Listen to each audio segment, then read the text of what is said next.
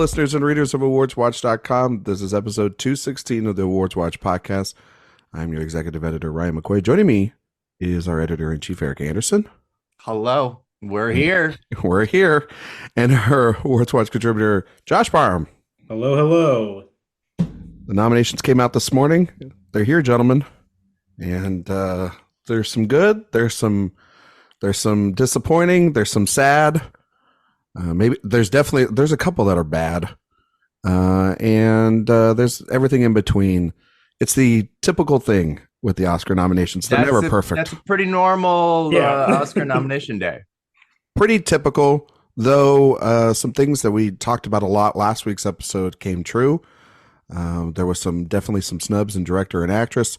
There were precedents made in every single category, almost felt like in every single category. And our best picture was the 10 films we knew it would be all along. It was the PGA 10 that carried over for the first time. Erik, thoughts on the Oscar nominations from this morning? Well, yeah, I mean, so much of it sort of fell in line with what we thought it was going to be like, definitely with the PGA 10. And, you know, almost every major outlet was predicting the exact same 10. So when that happens, you're like, are we really all right? Or is something missing here? But no, I think our analysis throughout the period and certainly in the last few days of final predictions really came to the conclusion that the space between 10th and 11th place was absolutely insurmountable. And it was the PGA 10, and it's actually a phenomenal lineup. Yeah. To get 10 films that, I mean, personally, that I think are all really great is a little shocking.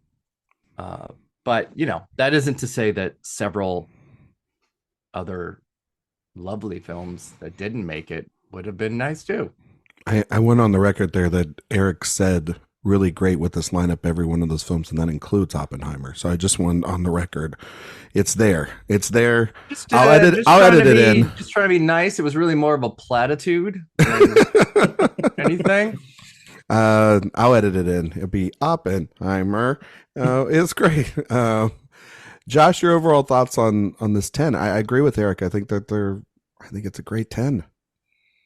Yeah, I think overall it is a really strong lineup. I would say that, yeah, for me, there might be one or two that I'm not high on like everybody else, but I don't think there's like a flat out stinker here, you know, and I think also because we knew that this would be the 10, like even well before the PGA. Like I think most of us had this lineup even before that happened. Oh yeah. I think we actually had this lineup around the Globes around that time. I feel like we've had this since like the end of the festivals, like around October, November time. Like Erik, you had it in December. Yeah. This like it just felt it felt immovable, and this was even before Color Purple came out and we had any like real anything on it, so it just felt right. Yeah. So it's an expected 10, but I like all of these movies. I do. I think that they represent a good kind of very diverse landscape of filmmaking and cinema too, which I always think is supposed to be here for a Best Picture lineup, especially in a year of 10. Like that should be the objective, is to get a diverse lineup of movies. And I think they did that here. I think what they do in this lineup with these 10 is show not just the diversity within filmmaking, but then diversity within audiences and what audiences want to see. And they have the two biggest hits of the year in it. They have big sweeping epics. They have small intimate dramas. They have comedies. They have foreign language films, like international features. There's a ton to pick through here. And then there's the typical Oscar fare, which people do end up liking. Like it's for sort of all demographics here. And then, you know, those that's all the happy thoughts of the 10. I mean, obviously, you know, our favorite movies, like, you know, All of Us Strangers and May December and for some Saltburn and I mean the list could go on and on and on of other films that didn't make it in, but it was this 10 all along, and we kind of knew it. And you know, I think that this, I think I can say this. I think that this is like the best lineup we've had of the expanded era, in my opinion. In terms of like at least with my personal top 10 or top 20, top 30. And I mean, 3 of the films here that are in the 10 are 5-star movies for me. There's a bunch of 4.5s. Like I think the lowest thing I have here is like a 3, but like it's a strong 3. And I don't despise. There's not like a Joker in here. There's nothing in here where I'm like, God, Bohemian Rhapsody. Like get this out of here. Like you were saying, Josh. Like it feels like a good mixture of things. Kind of going over to. I guess we should just talk about it right up front. Let's talk about director. Let's talk about this category. I heard that conversation that you all had about this category, and boy, did I have some notes about some opinions that were flying in that episode. Well, I'll let you have the floor then, Josh, because I'm going to give you some flowers first, if that's okay, Josh, because you were ahead of a lot of people and that I saw online in predicting both Justine Triet and Jonathan Glazer to get in. I don't know if this 5 was the exact 5 you had. I didn't know if it was. It was until BAFTA screwed me. Okay, yeah, and then you did what I did, which is you put Payne in over Mathemos. Okay. Yeah. So but until then, this was the 5 I had. But the notes you had, I'd like to hear. I just want to get roasted by Josh. So yeah, let's go. Well, I mean, yes, I will first say that Glazer I always thought was going to be in here. Never had any doubt about that. Triet was somebody that I came around to a little bit later once I saw that Anatomy was really starting to come on strong. But I always figured that Glazer would be in. I thought Triet would be strong. And frankly, I thought Gerwig was always going to be vulnerable. And I think people really got into the hype of like Barbenheimer. This is the biggest movie of the year. It's just undeniable. And we're kind of blatantly misreading the director's branch. They do not like big populist movies. Like even if you are the biggest movie of the year, that is just so against what they typically nominate. And I feel like there were some, especially on that podcast, that did not really take that into account. And I just think that this is a lesson maybe for some people to maybe pay attention to what the director's branch typically likes. And a group that goes for Thomas Vinterberg and Ryosuke Hamaguchi and Ruben Östlund, like that's what they like. They don't like stuff like Barbie. No, I mean, it's the conversation that I've been seeing online today about, because that's what the entire conversation has been post-nomination, is about how Gerwig and Robbie got screwed out of nominations for both lead actress and director. But we had all been predicting it. Most of the trades as well have been predicting this potential snub. So this was not a surprise to me this morning at all. I agree with you, Josh. If anything, yeah, I think the stupid thing is that I should never take BAFTA into too much consideration with their stuff. But then even then at the end of that episode, I was like, well, I mean, she's got to get in, right? And then like later on after the episode dropped, I was like, no, I'm going to stick with the 5 that I originally had. And that's what I stuck with. But yeah, I mean, it has been it is the big snub of the day because Barbie is such a big player in the field. But you're right, Josh. This branch does not like to go for the populist things. I mean, look at last year with Top Gun Maverick when people thought that would be a thing, or James Cameron for Avatar again. Denis Villeneuve, like they didn't even do him. Yeah. In a year where like that was the blockbuster, there were multiple blockbusters, and they just literally did not even go for that. And he's been a previous nominee before. Yeah. So, and the same thing happens with Gerwig. She was a previous nominee before. Eric's shaking his head. He's. I'm shaking my head because I don't think those are good comparisons. I don't think they. I think fair comparisons. I think Villeneuve is a tricky one, if only because like Dune is kind of also a bit of an arty choice. But to me, it is just more indicative of that if you do play in more populist circles, like Dune was kind of going for, it was kind of trying to be both, they still have an aversion to it, even if it's a big movie, even if it's respected material and from a previous nominee.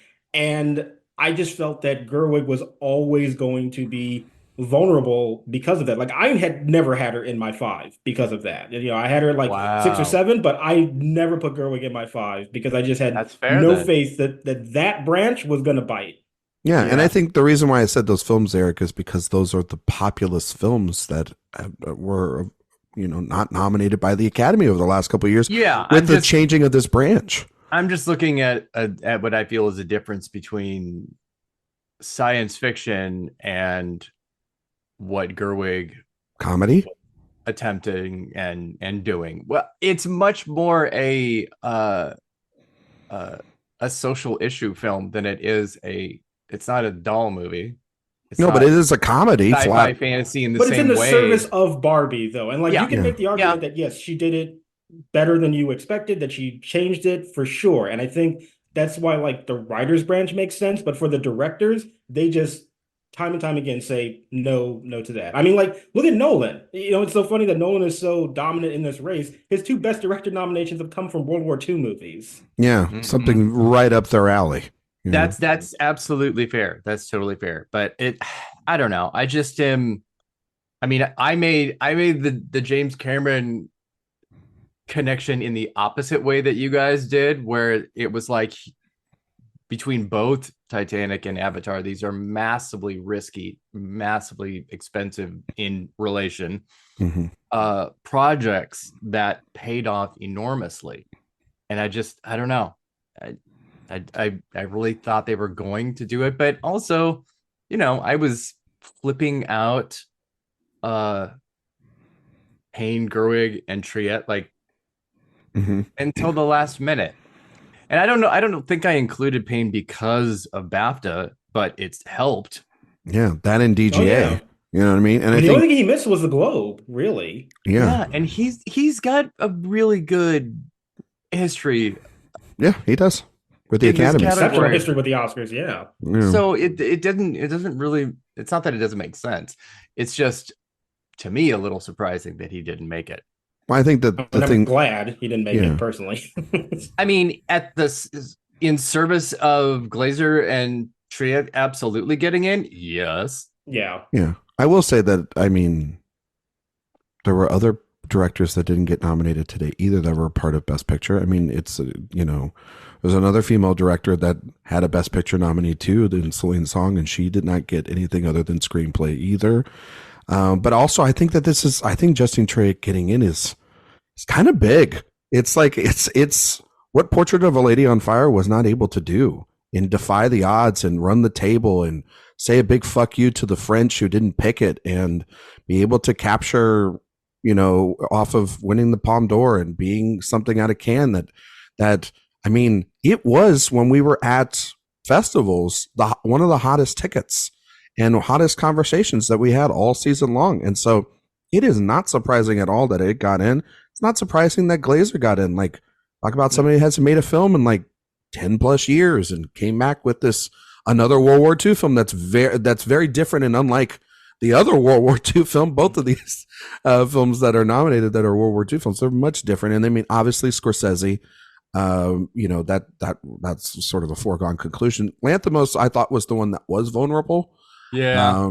I don't know why, but I did too. But I should have second time too, because I didn't predict him for the favorite. So both times, I thought he was going to get snubbed, and nope, didn't happen. No, because the favorite had a great day that led, and then in second today was Poor Things. So clearly they like this. I mean, it's such a technical achievement, I guess, as well.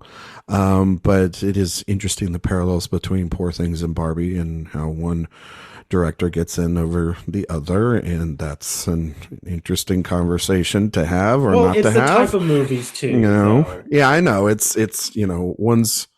I mean, it is, but it is also telling. I think a little bit. But I mean, sure. But one is definitely more populist, and one fits more into their like artistic. Yeah. So, but they're sort of two sides of the same coin, exploring this very similar subject matter. Yeah. We're talking around things without like using specific language, and it sounds so silly and fun. Yeah, it looks like, yeah, it looks kind of. of. Say man and woman. You can just say the male director got nominated for telling the female story in the female story of burgeoning sexuality and growth and humanity, and the female director did not. Yeah, both films with a feminist angle, and yet the one directed and written by men primarily are not the ones that are nominated, and not the one written and directed by a woman. But I mean, there were a ton of other directors that didn't get in, and I mean, like, this was another place Bradley Cooper missed. And then Celine Song, Cord Jefferson, all those people. Actor. Let's go over to actor real quick. Erik? The expected 5. The expected 5? Stack 5, yeah. No potato salad, Leonardo DiCaprio, French fried potato performance in there, huh? Lord, I'm so happy about that. It's not even funny. I was like thinking about Erik, because you were like the highs and lows that Erik must have felt today. There were certain things that didn't get in. There were some things he had to like know that weren't going to get in, and then there were things that did get in that like he rolled his eyes at. I felt like Leo not getting in made you happy, and then seeing Coleman Domingo get in would be and as we know, happy. All of these are alphabetical, except for, as Josh pointed out, when there's numbers. So if you have your list in front of you, or if it's in your head, you know exactly what's going to happen. And when somebody gets skipped, that's it, you're done. And then it's just a very quick numbers game that lasts about 5 seconds. And you're like, you're like, but obviously I love that Coleman Domingo got in. I really love the performance. I love him as a person. And the historical context is wonderful. Yeah. But that being said, I would take DiCaprio getting in 4 times for his killer's performance if it meant that Andrew Scott could have gotten in. Wow. Yeah. Interesting. I'm hurt by that too, but like when he didn't make BAFTA, they're just bizarre. Doesn't make any sense. That, it's like, crazy. It's crazy. With a jury too? Neither a jury save or top 3 from the voting body. It just doesn't make any sense. I mean, I saw people that were really just kind of grasping to it's like, it just means he didn't make top 3. He might have been top 5. Like, that means he's not getting nominated. Like, you need passion for that to translate. You need somebody to save him, and nobody did. Yeah. I mean, Josh, actor, real quick. Not surprised by any of these. I'm happy for Jeffrey Wright. I'm happy for Jeffrey Wright. I'm happy for Coleman Domingo. I wish Rustin was a better movie, but I will take the nomination, the victory where I can get it. And I'm just so happy for Coleman Domingo because I'm just such a big fan. Yeah. I'm happy for Killian too. I'm happy that Giamatti got in the lead performance. Get to see more red carpet looks from Coleman. Oh my God. Oscar nominees luncheon. Yeah. So more Coleman looks. The different kind of black shirts that Cillian Murphy can wear on a red carpet. Who doesn't love it? Anyway, supporting actor was kind of I'm gonna say it. Kind of sucked. I thought there would be more drama than there was, and it ended up just being the 5 from what that we kind of expected. Defoe for Ruffalo, and then Sterling K. Brown. No, it was like what we've been saying all year. There's a top 3 of De Niro, Downey, and Gosling, and 4 and 5 was just going to be some melange of Ruffalo, Defoe, Melton a while ago. Yeah, Defoe, Brown, and it just not people that lied really to you about Sessa. You know what I mean? I feel like an idiot for feeling like Sess was going to make it, and then here we are. Yeah, that was a last minute change on my part too. This is always a lesson. Don't touch your predictions once you've set them. Like, just last minute change is always doing you. Just because BAFTA happened doesn't mean that it's going to happen at the Academy. But I thought Holdovers was surging was the thing. Yeah. I mean, it only got 5. It just was like kind of. Yeah, he got 5, and American Fiction got 4. 5. Did he get 5? Got 5. Oh, that's right. That's right. I got that score on. That's right. Right down the middle. Yeah, and so it was interesting. It was. I mean, It was our But the lineup is like it's fine. Sterling K. Brown getting in there. It's a choice. You know, I'll give them going for 2 full-on comedic performances in this category and be happy about that. I mean, like 3, really. Like, well, like 2 full-on and then one. I don't know if I would call Brown's a comedic performance. There's some funny stuff, but his stuff is really more. Yeah, there's he's a dramatic gay in it. Supporting actress. We got a big surprise. This was probably the second biggest surprise in the acting categories, or maybe the biggest, depending on who you are. And America Ferrera got in. She was the 5th one all along, alongside Randolph and Brooks Blunt and Jodie Foster. So, what do you guys think of this? What do you guys think of this 5, Erik? It is a lineup of actresses. It is a choice, isn't it? There's a lot of actresses in here that I would take out. There are 5 actresses who are nominated in this category. And they did work on film. It's fine. It's not when there's like Julianne Moore, Rosamund Pike, Rachel I could McAdams, fill this category Claire Foy with 5 nominees that are none of these people. Penelope Cruz, which is exactly my personal ballot. There is 0 crossover between this none and whatsoever. what I would None. do. Yeah. No, it's which is a little unusual. Yeah, there's usually one, right? That we're like, oh, okay, like Carrie Condon last year. We all could agree, like that's probably the one from that, or Stephanie Hsu, depending on who you talk to. This year, but 4 out of the 5 were not surprising. Ferrera was surprising, but then when you think of the campaign, it wasn't surprising. But she didn't show up anywhere except Critics' Choice. So it's like, what do you do with that, right? But that's what's kind of the weird thing, because here we are thinking someone like Dominic Sessa is rising with the surge of Holdovers, and then I think a lot of people had Barbie getting closer to 10 than it got. Yeah, but then Margot Robbie's not in, Gerwig's not in yet. America Ferrera gets in. There's no math to this, which is kind of the fun part, but there isn't. It's not a science. It just shit happens. Yeah. Josh?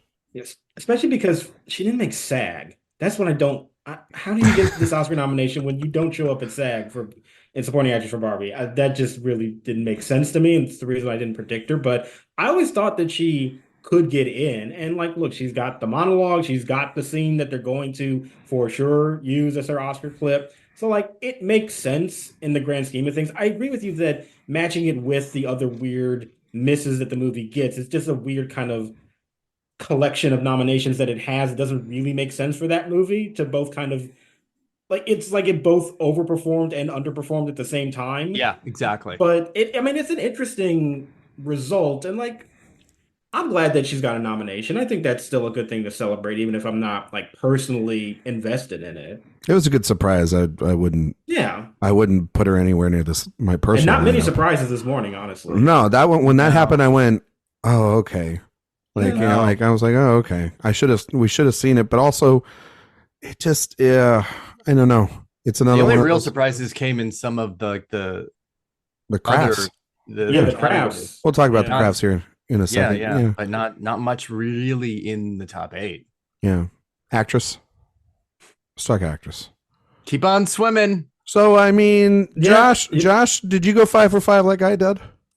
I did not. Oh, Josh! Congratulations, Ryan, for calling Ooh, that. I get to gloat a little bit. I was 5 for 5 on this one, and I didn't have I had a kind of up and down kind of day for everying, but kind of like a Naya, just kind of just keep swimming though, baby. You'll get those 5. Yeah, bobbing and weaving. I'm looking like a jellyfish. Yeah, exactly. But always knew this would be the case. If anything, like what you were saying, Josh, about Gerwig, I always felt that about Margot Robbie. I always felt that everybody else was talked about this movie and she was more thought of as like the producer that brought it all together rather than people talking about the performance. Now, it did surprise and get everywhere, but there is also one performance every year that gets in everywhere and doesn't land at the Oscars. And it just weirdly was Margot Robbie for Barbie. So I don't know which. Yeah, she's the only one. She's the only one. So yeah, weird stuff, right, Josh? Yeah, I mean, I agree with you that I was always a bit skeptical, but yeah, she did get in everywhere, and it didn't really feel like, especially with BAFTA, like it's sort of it kind of reminds me of like DiCaprio for Don't Look Up, where it's like, how do you get in? Are you a jury save or are you top three? And either way, it seems like you should be safe, and especially because she's in a better position than DiCaprio was for Don't Look Up that year. Yeah. So just sort of going with a lack of evidence otherwise, I just went with her, but never really feeling that great about it. But at the same time, I also don't know if I really would have gone with Benning either, even though obviously that makes a ton of sense because it is Annette Bening. And, so I get it. I am not really that enthused about that movie, to be honest, but, whatever. Yeah, I'm mad because I had Benning in for pretty much all year in between 1 and 5. You kept telling me all year, like, yeah, she's getting in, I'm not putting Margot, and then you switched at the last second. I'm like, what are you doing? Which was actually really dumb because they were able to pull off the shenanigans of that Telluride medallion in January. That was big. 5 days before voting started. That was big. But see, I was sort of like once we got later into the season, like really late into it, and the film didn't feel very strong and missed like other like shortlists and just kind of missed the makeup. Like, okay, this is kind of weird. I'm like, I could explain the SAG nomination easily. She is, chairman of the SAG committee. She just has the backing there. She was always going to get in at SAG. That was like guaranteed. Easy, and Globes because they had 6. You know what I mean? So and separate categories. Mm-hmm. So yeah, I feel kind of stupid for not sticking with her. Well, you are stupid. And I get to say that. Well, you have company, Erik, because I didn't go with her either. Days like this, Josh can be forgiven. He is the best actress guru around here. So he gets a mulligan. He gets one. You, Erik, not so much. But also, I did well with director, so I think that's the trick. Yeah, you know what? Josh was at the forefront of that one this year. He was ahead of the game there. I think this race is wide open.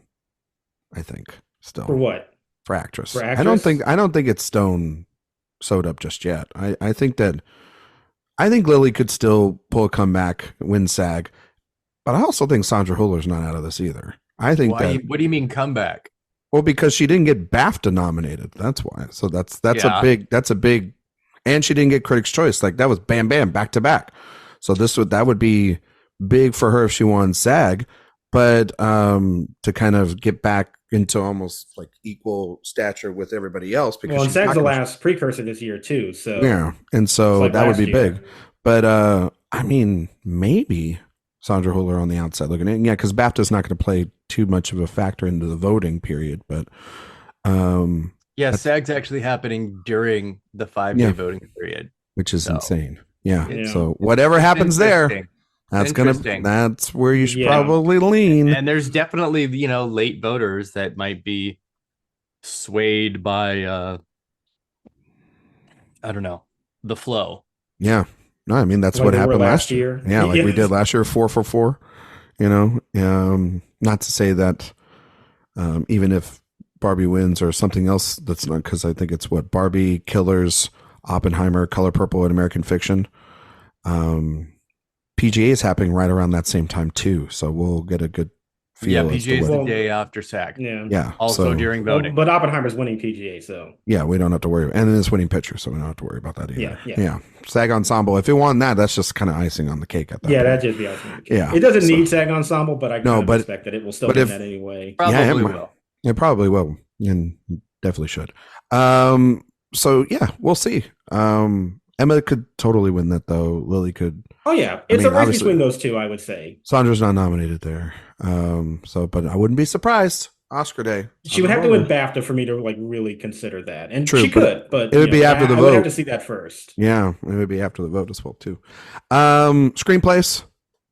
Our lone screenplay nominee this year was May December. An original. Squeaked it in someplace. Hell yeah. That was one of the more happier things. I mean, obviously not getting Charles Milton.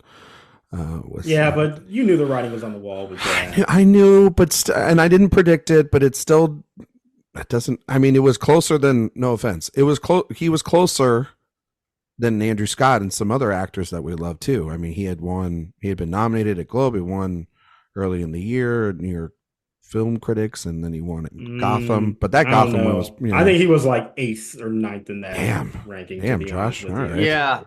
Yeah. I'm not in agreement. I don't think he was particularly. No, I don't think he was like 6, but like I think he was in this race at one point and it just fell off. But at one point before the industry saw it and said, no, "Thank you."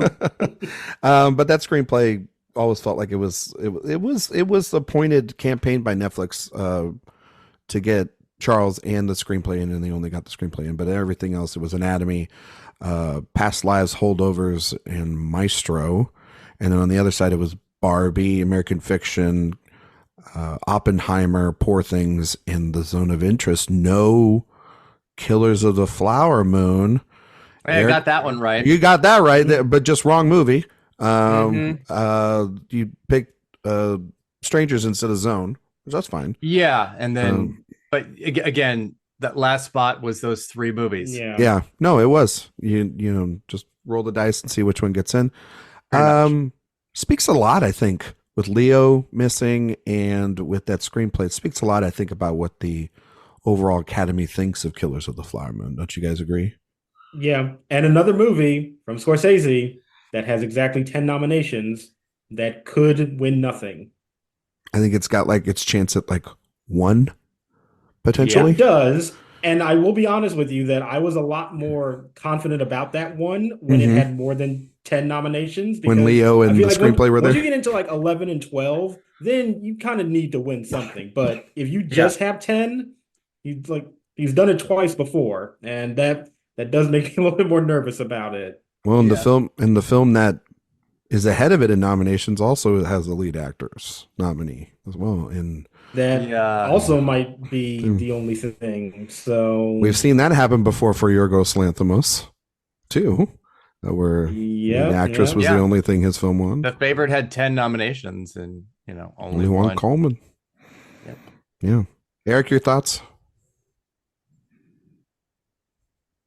My thoughts on what? Well, your thoughts on just how it looks like they perceived and took Killers of the... How they feel about Killers? Yeah, Killers and May December showing up and not like something like Saltburn. What do you think of these screenplay categories? Well, I mean, I went a little Maestro? unhinged with 3 screenplays that I thought were going to be sole nominations for the film. 2 in original and 1 in adapted, which proved to be a little bit too much of a reach, because yes, it does happen pretty much every year that there's one screenplay that gets in that doesn't get in anywhere else. And definitely May December for me was the most likely, but yeah, I went for Saltburn. I forgot to write earlier that the statistic of those nominations that Saltburn got at BAFTA, including 3 acting nominations and then getting nothing at the Oscars, is, I think that's like 75 years. It's crazy. Yeah, that is. I gotta pop that in there somewhere. Yeah, we got to figure out who wrote the screenplay for Killers of the Flower Moon too. Got to figure that one out, I guess. Oh, you mean the rumor that came out today? Yeah, which is stupid. That's dumb. Extremely stupid. Stupidest. People are so gullible. Yeah, people are so not even dumb. going to give that oxygen because it's dumb.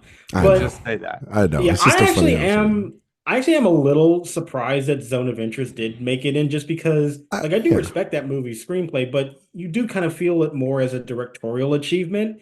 and it managing to get in there, I think just speaks more about how people there just really love the movie itself, even though it didn't show up in too many other like craft categories. I think the fact that it was able to leapfrog Eric Roth into the screenplay category, I think speaks a lot about people's feelings of the movie. No, I agree with you, Josh. I mean, like that was the kind of thing. It's like the directorial vision always seemed like Zone, and the writing one felt like Anatomy. Yeah. And then they just were like in both categories. They were like, "Fuck it, we're going to get these things in." And that was big for it. Just kind of an interesting perspective that, a lot of people vote. I know that Erik, it was a problem that you had, just the way that DiCaprio and the De Niro characters were written in the perspective of the film. And a lot of the complaints of the film from people were that Leo had too much screen time. And that story played a little bit of backdrop to Molly's story. And it looked like the Academy agreed with a lot of people there as well. Let's look over animated feature, documentary, international, those three bad boys. Was there anything there?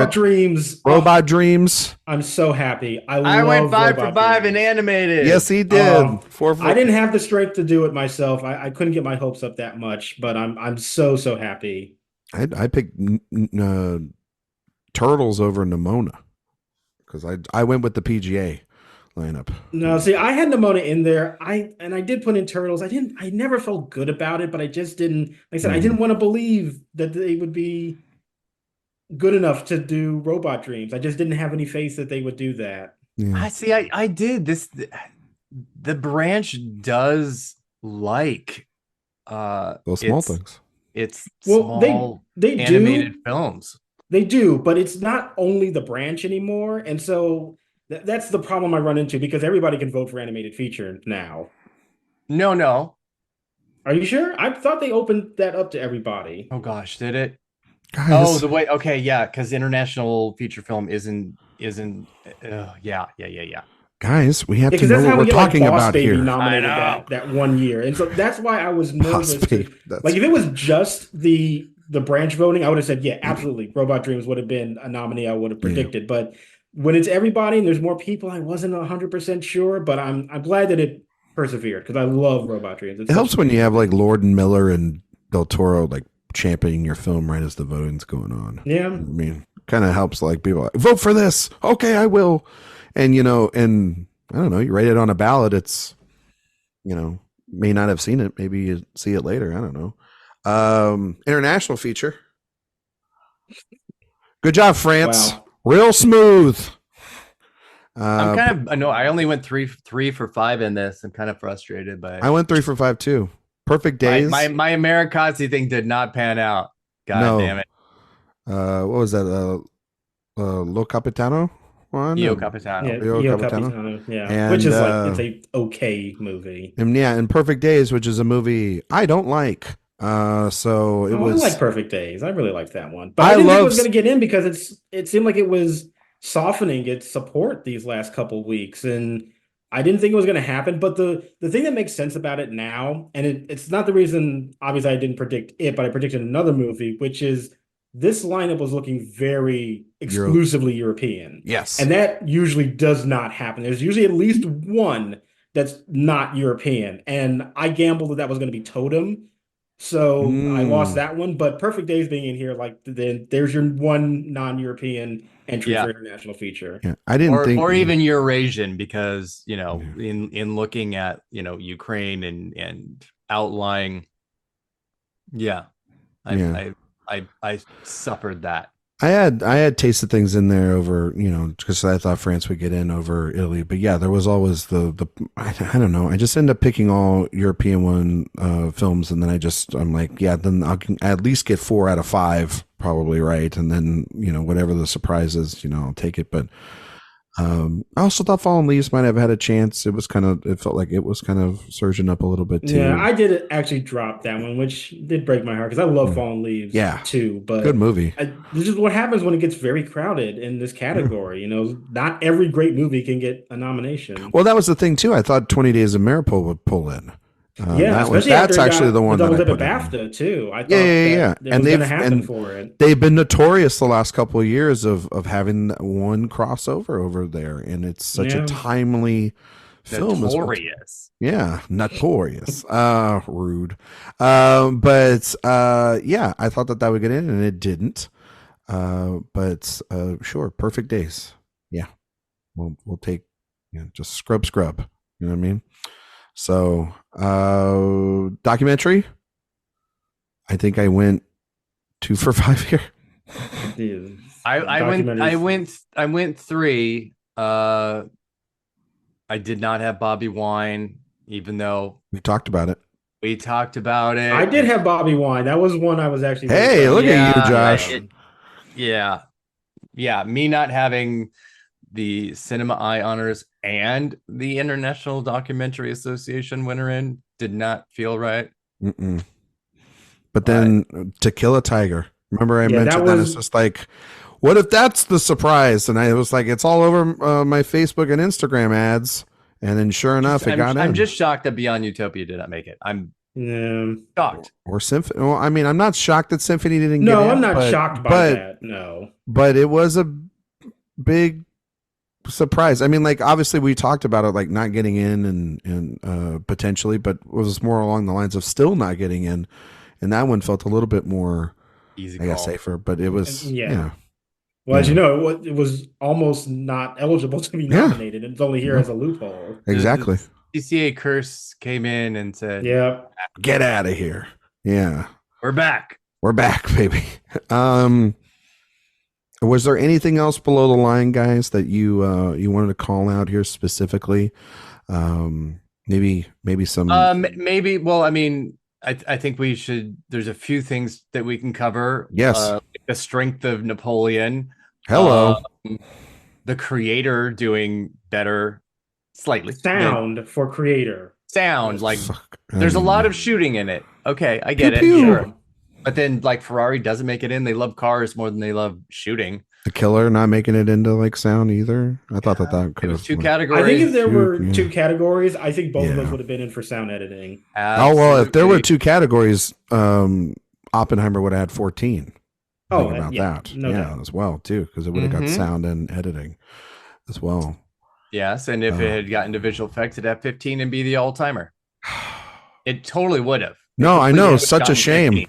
Well, again, never understood why Matt Damon wasn't a thing this year. I'll never get that. It's kind of weird. Very weird. Very weird that he wasn't a thing because he's great in that movie. Mission Impossible. Let's talk about the first time stuff, which is Mission Impossible and Godzilla, because that's kind of fucking great. That is amazing for Mission Impossible. Seven times to try, right, guys? And for like a total box office flop too. Yeah. Well, speaking of box office flops, Indiana Jones. Yeah. I mean, I'm glad it's not here, but it got in somewhere else that it absolutely did not deserve. No. Yeah, we'll talk about that here in a second. But yeah, I mean, Josh, Godzilla getting in for visual effects. Yeah. Maybe a potential winner? Maybe. Maybe. I mean, the visual effects category this year is weird, and I open. it in a way that it is not usually this open at this point, because normally we know what's going to win visual effects. It's whatever is a big best picture nominee, but we don't have that this year, and I do feel like it is uncharacteristically fluid, this category. I'm not sure what is winning. No. I think it's a 2 film race only. Because Mission Impossible is not going to win. No. Napoleon's not going to win. Guardians isn't winning. Guardians isn't winning. I actually would not discount Guardians Napoleon for me is probably so in quick. 3rd, just because Marvel movies don't win here. I think Josh is onto it. Like, if there's a 3rd, it's probably Napoleon. Like, keep an eye on it. Because I think Napoleon, what it brings is a level of prestige, and I think when you got people that are just looking at this ballot and they're saying what they want to vote for, it's like, oh, Napoleon, yeah, that's like a war movie. There's battle scenes. It's Ridley Scott, right? Yeah, he's good at that. Yeah, just visuals and practicals meet together. You know? When you don't have a Best Picture nominee, you go with the movie that kind of feels like a Best Picture nominee, and that's it. Is Napoleon in this group? Yeah. That would be the funniest fucking win. I would be so fucking that angry. happened, and it would be horrible if it happened, but it would be very, very Damn funny. it, Josh! Don't but you're speak right. that There into is existence. It's sort of it has this suit of armor of a Best Picture nominee from like a long time ago. I just thought it's a BAFTA nominee too. I could see it winning there. It's up for the supporting visual effects at VES. I just thought about man, now that I think about it more, I might have talked myself into predicting Napoleon to win visual effects. I got to tell you something. Wouldn't that be absolutely hilarious if Napoleon won more Oscars than Killers of the Flower Moon? Just putting that out there. Wow. That would be insane. But yeah, I think it's going to be Godzilla. That's what I think. I don't know. I feel like it's between the creator and Godzilla, but there has to be a groundswell momentum for Godzilla. I feel like there will be over this month. Yeah, the only issue I have with the creator is that nobody has seen it. Like, that was a flop movie, and I think it was a huge flop. The visual effects artists absolutely have an appreciation for what they were able to accomplish on that film, but when you talk to like general people, I don't think anybody knows what that movie is, and that's why I doubt its victory in visual effects, because the general academy I just don't think has seen it and therefore won't vote for it. Then the director and creators of Godzilla, they've been everywhere with those little figurines and charming rooms. Godzilla is a known property. You know, people know what that is. That TV show's on Apple right now. You know, the Godzilla. I mean, that doesn't even matter. They just know it's a property. No, big for sure. Movie monster, visual effects. Like, I actually think that this is between Napoleon and Godzilla. Yeah. I think Godzilla has a wonderful narrative. The director is also the visual effects supervisor. It costs $15 million and it looks like $150 million. So I feel like well, that's because they don't pay people, but well, okay, sure, but yes. Yes. Say the truth out loud. That narrative it's not ILM, and it's this is a really cheap production that they were able to make really good because they don't pay their artists any money. So that's how they could save a lot of on the budget with that. Good for them. You know, well, that's how Napoleon can mount a smear campaign against. That's total whisper Godzilla. campaign. I mean, you really want to say anything? Apple. You know what I mean? Like, come on now. So let's talk score. I predicted American Fiction. I was so happy about that. Yeah, but Erik? Yeah, the writing was kind of on the wall for American Fiction to get in. Erik, guy the same age as you, John Williams, getting in there. You know, one senior to the other. Just should have put him in there. But you know what? Equally as talented. Yes, equally as talented. Equally close to retirement. I hate this. I hate it too. I hate it too. I Nobody think likes this. No, I don't know anyone that does. It's embarrassing, actually. Yeah, it's disgusting, is what it is. Like he wasn't even. No one was campaigning this damn thing. That's the other thing. Like, nobody was talking about this. I mean, like, yes, we had to kind of keep an eye out because it was on the short list and everything. We had to just, be like, okay, there's a possibility. But how many times are other nominees been a possibility and didn't hit? But like, it wasn't like the Star Wars films where like it felt like there was new material or there were things added to it, or it was just part of a trilogy and they were going to nominate all of it, or even Fableman's last year. Like, I don't understand it at all. And the miss of the day felt like Spider-Verse missing. Yeah. Brutal. That's the one that really hurts. This and sound, it felt like, or even some people predicted visual effects for Spider-Verse as well too. But yeah, when it missed this, I was like, oh boy, it really did go down the Pinocchio route again, where they were like, you're good in animated feature, and that's where you belong. You know, very telltale. Yeah, it's so disheartening that once again the only nomination that Daniel Pemberton has is for that terrible song in Chicago 7. Oh, that's right. Yeah. And he was everywhere. I'm gonna give him credit. Yeah, they tried. He was at Erik and I were in LA like last week, and he was like at 3 or 4 events we were at, right, Erik? He was like, oh yeah, he was in Diane Warren mode. Yeah, well, she got in. Yeah, well, we knew she was getting in for the Cheeto song. Easy. That was like such an easy call. Yes. If you were not predicting Diane Warren, I'm sorry. We have moved past the point where you are not predicting Diane Warren to get a nomination. Yeah, she now has 2 nominations post honorary. So there is they're not done with her. Yeah. Well, I think they're just going to keep nominating her. It's a sick joke. But yeah, I'm Just Ken got in. What was I Made For? The American Symphony got in here for John Baptiste, and then and Killers of the Flower Moon. Yeah, Song for My People. Yeah. That's which I also predicted, so I was glad. It's a good prediction. It's a good nomination. Depending on how they choose to mount the performances of the songs, it should be a moment.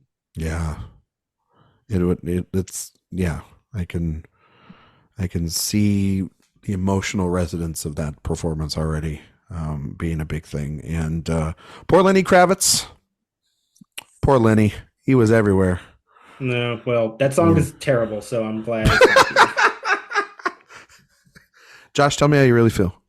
I hated that song. Okay. It is the most bland, politically uprising, inspirational kind of song that always gets tacked on at the end of those movies.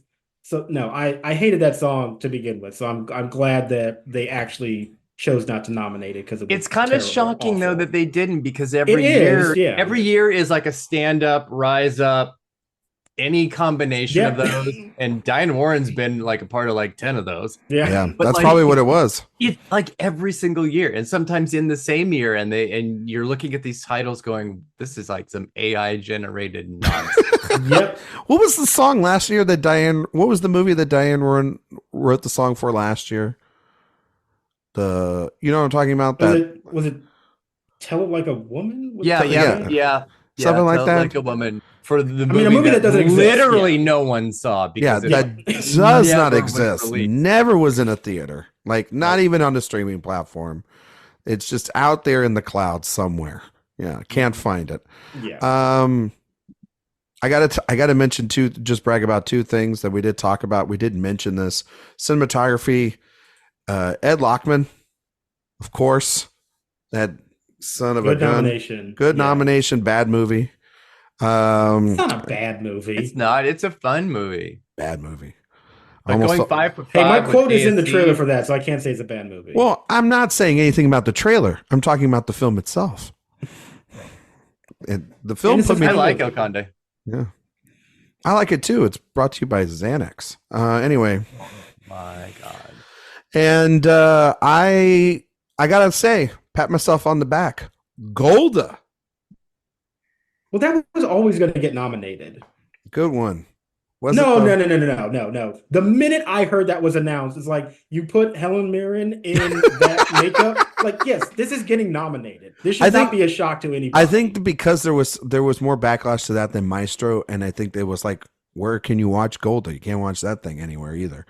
And it didn't matter. No, it's because if you talk to members in the branch, they loved it, which is insane. The minute I saw like the first still, it's like, this is getting nominated. Her like leaning over the table, high five. Yeah, like her just like, you're like, I'm Golda. You know what I mean? This absolutely was getting nominated. That should not have been a shock to a single person.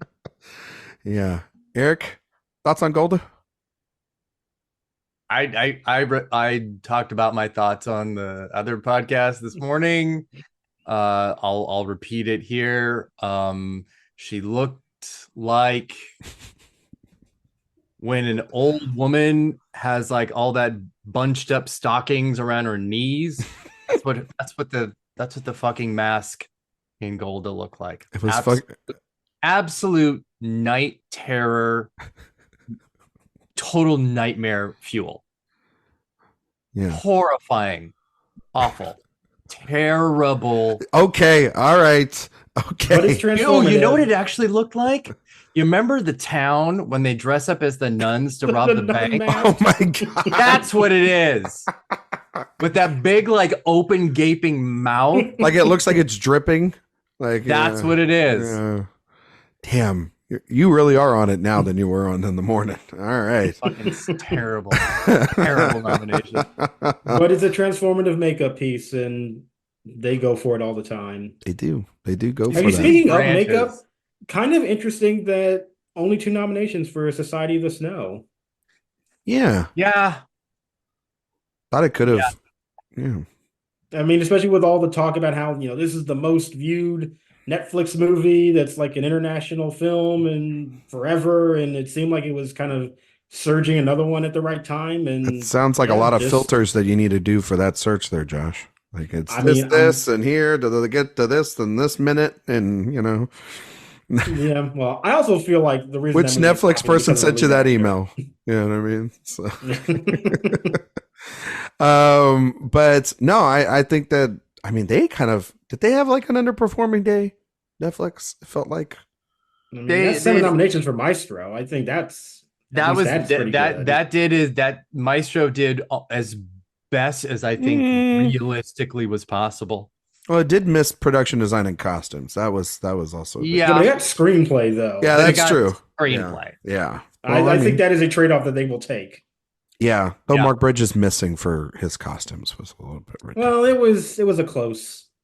Yeah, Yeah, I'm category sure there, it was very, very close. Yeah. yeah. I would That's the have. thing with Mark Bridges. He shows up when you don't predict him, but then when you do predict him, he misses. I'm telling you, I would have put his costumes in over fucking Napoleon. I'll tell you that. So I would have Oh put. my the god. I actually do like the costumes. I'm not a Napoleon guy. Fuck that movie. It was one of the worst experiences I had in the theater last year. I thought it's not great, but I did have more fun with Napoleon than I was expecting to. I've liked other crafts within a Ridley Scott movie than I did in Napoleon. I just felt it was a very lazy, expensive. If Napoleon had way more Rupert Everett, it would have been like 10. Yes, correct, absolutely. He was sure. pretty cunty.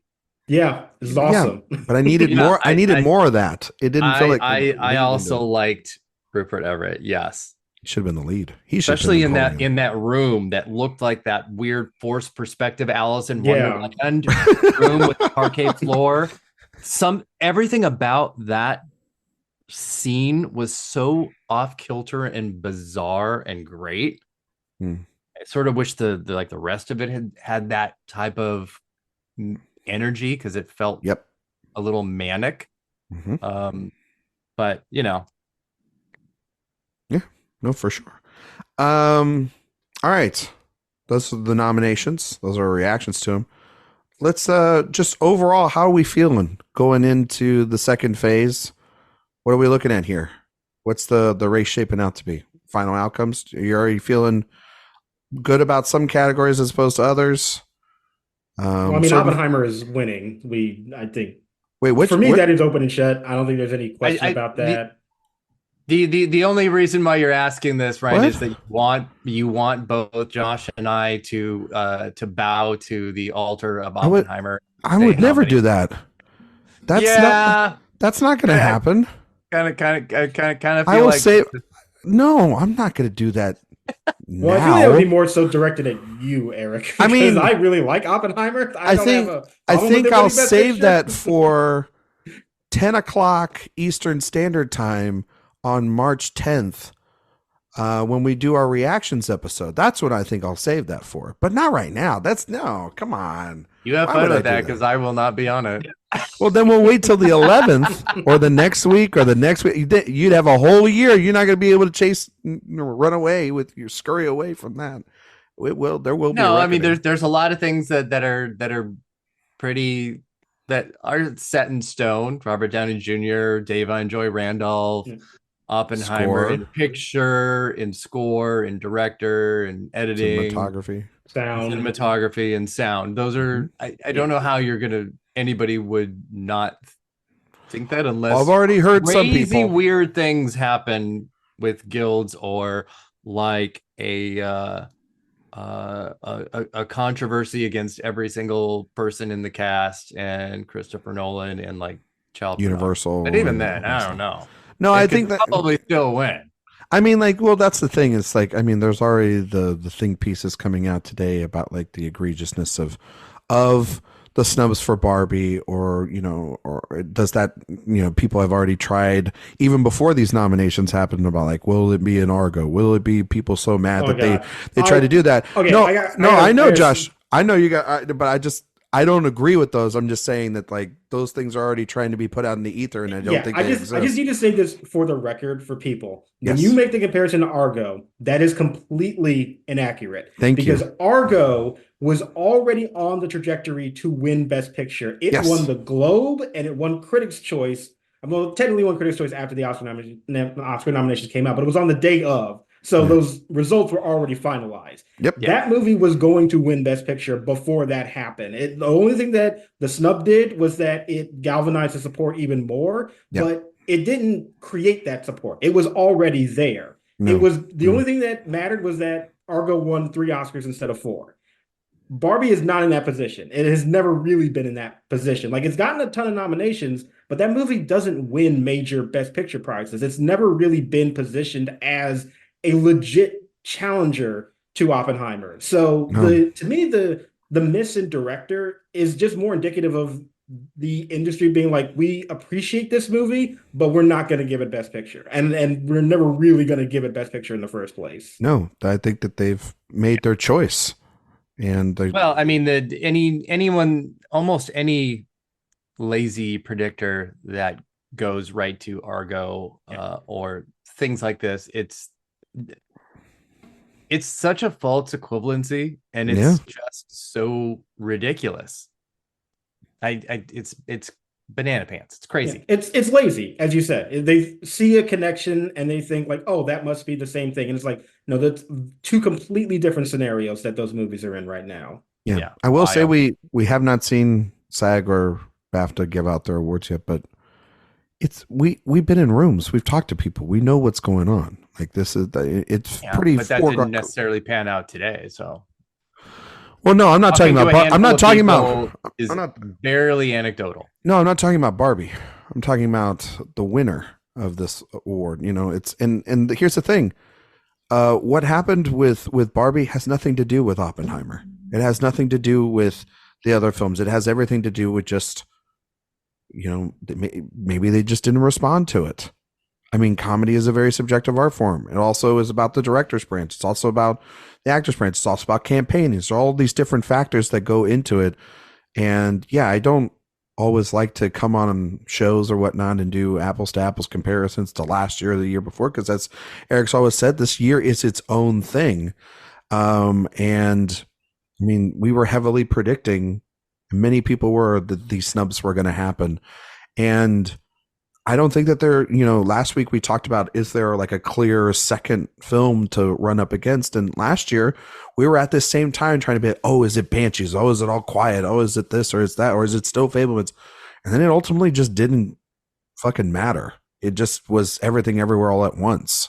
And it dominated once we got into phase 2 after the nominations. And I think that that's where we're heading into now, where it's like there's not a film that will split in the crafts with Oppenheimer. And then, yeah, Downey feels pretty locked, if not all the way.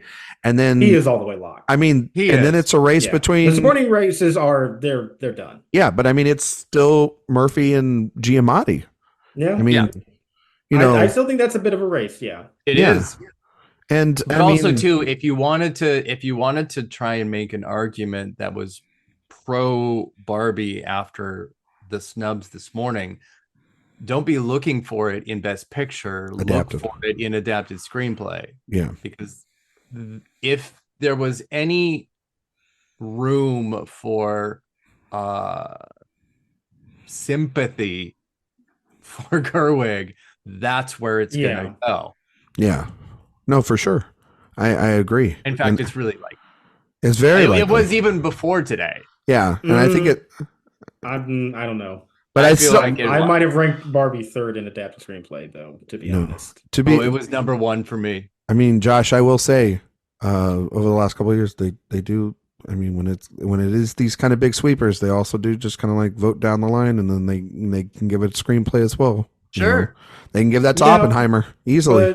True. I also think, especially given its performance today, you cannot count out American Fiction. I was gonna, that's another one right there, and it's played well in the category. I mean, the problem is that we won't know what Barbie's interaction with the other nominees is like until the Oscar night. So, yeah, which is kind of great.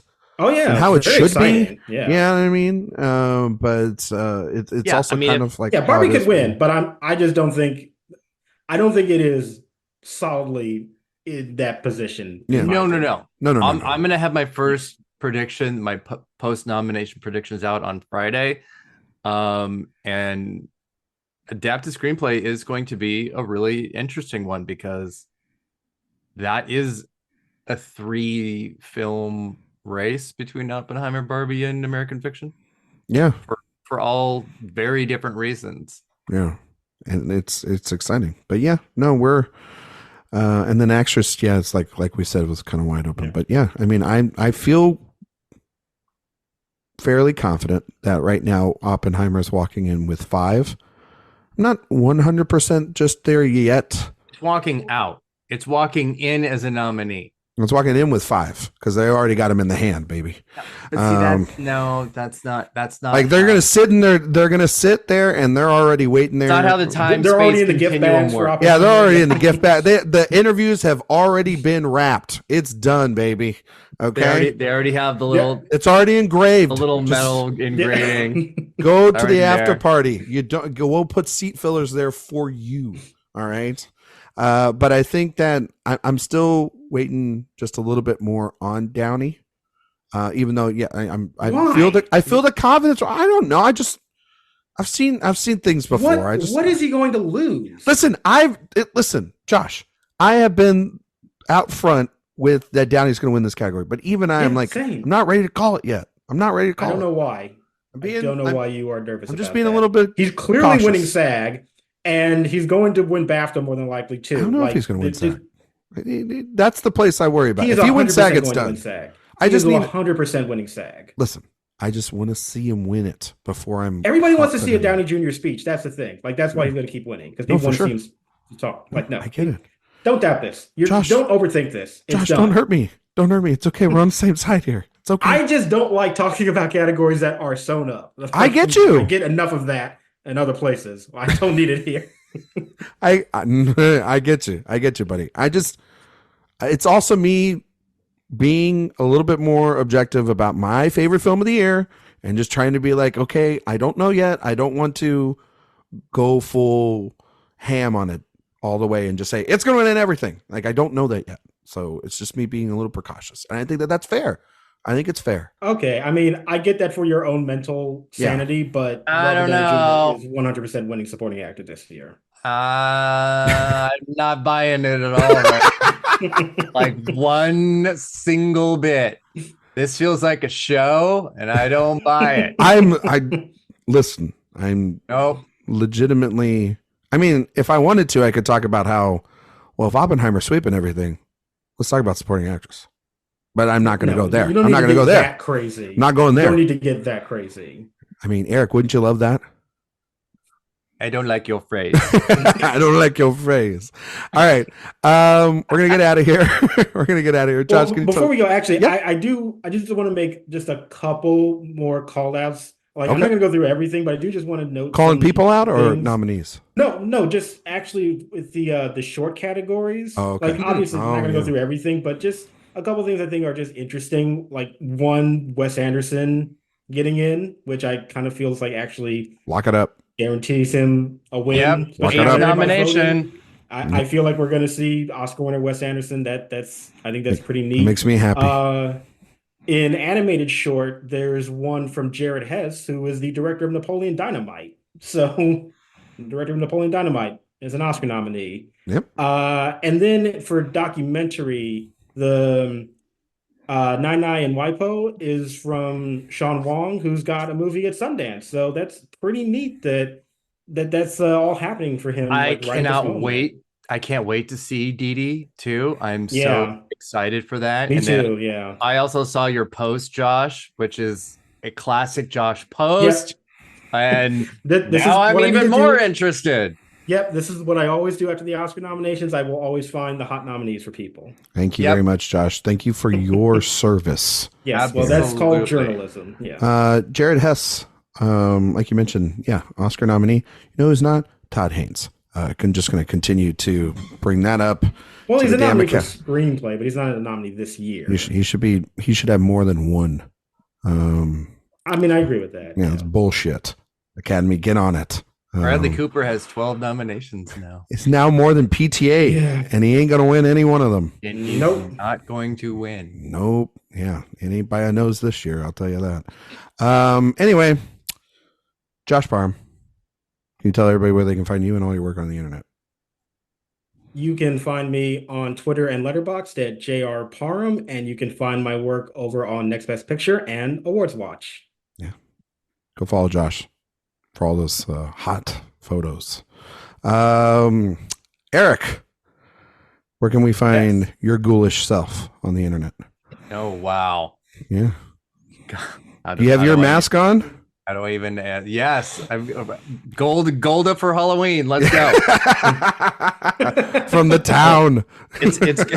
It'll be on next season's Drag Race. Cannot wait. Yes, you can find me at awardswatch.com. Sign up for the newsletter. It's juicy. And it is. Speaking of juicy, you can also find me on Twitter at awards_watch and everywhere else at just AwardsWatch. Yeah, that person on Twitter needs to give you that at AwardsWatch. It's kind of fucking ridiculous at this point. You can find me on Twitter, Instagram, Letterboxd at Ryan McQuade 77. You can find all my work here at AwardsWatch with these guys. If you like podcasts, Director Watch Podcast coming this Thursday.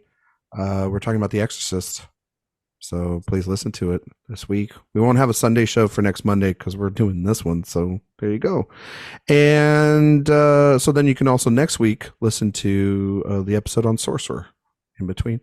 5 stars on iTunes and Spotify, reviews on there as well. We greatly appreciate it. Go to the website, sign up for the newsletter that Erik puts together. There's going to be a lot of great coverage over the next couple of weeks, maybe some post-nomination interviews, obviously all the stuff with the guilds, podcasts, all that fun stuff, as well as someone down the line is going to review Argyle, and save us all a bit of time. So you can get that by signing up for the newsletter on the website. I think the next time we're all together, are we talking about SAG? Is that what we're doing? Or I don't even remember. So far away. SAG's so a month far away. I'm sorry. A month away. Speaking of Argyle, the next time we're all together here, we're going to be talking about our favorite spy movies. And we might even talk a little Argyle. And who doesn't love a cat in Matthew Vaughn and whatever the hell that thing's supposed to be? So thank you all so much for listening. We'll see you all next time.